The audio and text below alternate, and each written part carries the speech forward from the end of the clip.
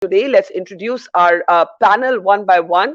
We're joined by Jawahar Raja, who's a lawyer who's also been speaking actively against the misuse of this anti-terror law. Veteran journalist and columnist Aarti Jairat is with us. Welcome, Aarti.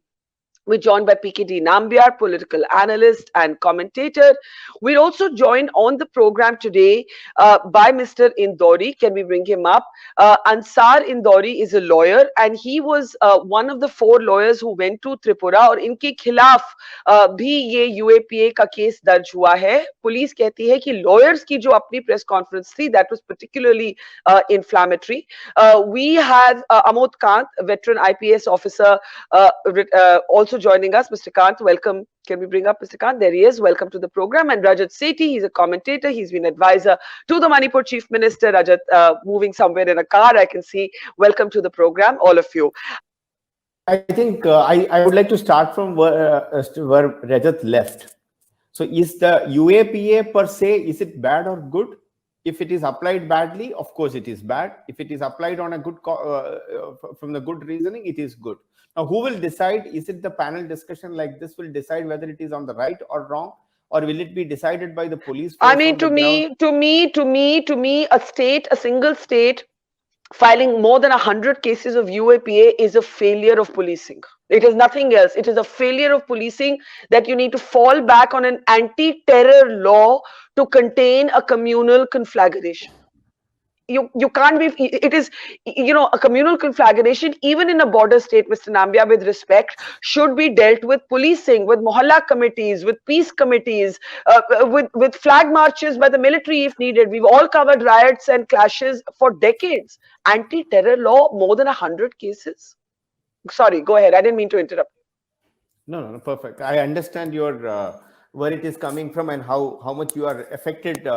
No, I am not affected. 122 people have been. That's the funny thing. I am a person of privilege. I'm not likely to be impacted. The people who are really impacted are often without privilege. And as Jawahar Raja explained, access to lawyers, access to, a swift moving judicial system. But sorry, I'll keep quiet now and I'll let you make your point. Yeah. No, there's no problem. I think it's so important that there is conversations take place rather than just a monologue. I'm very keen to listen to you. But then there is a difference. The difference is what you made actually, whatever you said, the point is where exactly the problem is.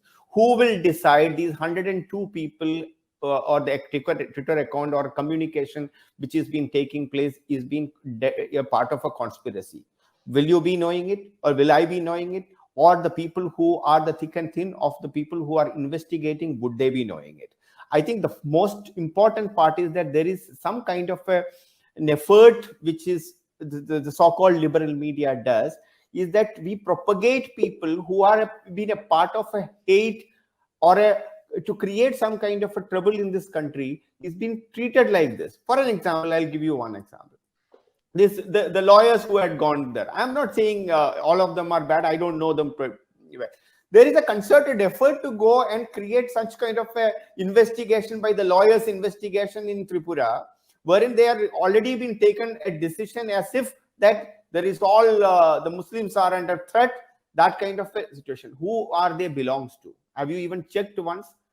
If I say they are all a part of a PFI kind of an organization, they have a more clearly well-defined character to go and do it. Even if it is a Kapan, which is in the which is in the case of in the UP, if he belongs to a PFI, which is in anyhow themselves, everybody knows, the whole world knows that it is a part of a conspiracy and a Muslim, more of like a terrorist organization, which has got camouflaged as a progressive organization. So I think the problem. I think Aarti wants a brief interjection and then you can complete. Aarti, go ahead. Very briefly, what is the proof that they are members of the PFI? Where does the PFI come into all this? I mean, the police does not call them members of the PFI. It's incredible. May I? So there are every organization to fling against these lawyers. Aarti, with all due respect to you, because maybe I request you, I'll send you some documents which clearly says that what kind of a relation they have with the PFI. Maybe as soon as the story is out, that too from a very authenticated. Okay. Let's come back. The idea is that the idea is that there is a conspiracy to tarnish the image of the government, there is a conspiracy because, as Rajat said, that it is we are just, it's on the neighboring, on the border state, wherein to create an issue. There is a conspiracy because from the last 2 months we have been talking about how Hindus were brutally attacked and the mandir, the temples were vandalized in the Bangladesh. Conspiracy to by create, whom? absolutely, these Conspiracy. are set of people. I'm not saying Conspiracy by everybody. whom? I am. Now I don't Conspiracy know by whether whom? you. Can I be important to this box? Yeah. May I? May Yes. I?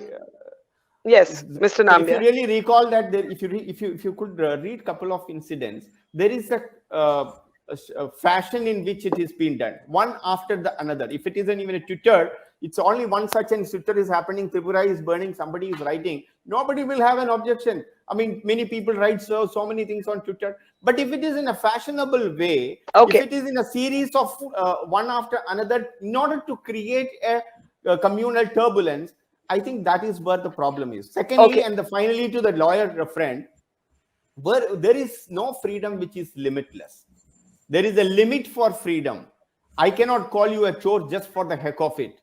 So I think it is important, if anybody whomsoever is tweeting or using any social media, from the point of, if their tweet knowingly or unknowingly is going to create a communal tension, or not in the interest of the country, which may create a trouble for the country, needs to be booked. Now, I want to, whether it has to be UAPA or an IPC or a CRPC, I'm sorry, I believe that if we, the people like all of us, like the civil society at large, feels that the UAPA is not the right law for a country like us, it is not progressive, it is regressive, it is putting the people of our innocent citizens behind the jail. Of course, we can always have a discussion. As Rajat said, there is today the UAPA is in force. It is the job of the government to make sure that the law which is functional needs to be enforced upon at the way it should be. Now, coming to Mr. Kant was just talking about the Kerala case. There were two DYFI workers which belongs to the CPIM, their youth faction, has been arrested a couple of months ago.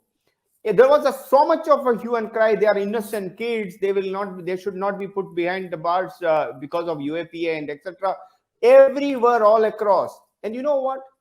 The CPIM, Pinarayi Vijayan, he himself stood and said that no, they are Naxals, they are Maoists, they should be behind the bar. So the idea is that it is case-to-case basis. What exactly the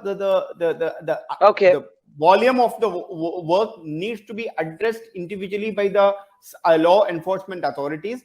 These things cannot be discussed and debated. We can discuss and debate as as a whole. Yeah, but I think case should be debated, should not be. Okay, so you're saying the focus should be okay, Mr. Kant, to our audience, and see you tomorrow, same time, same place. Thanks for watching.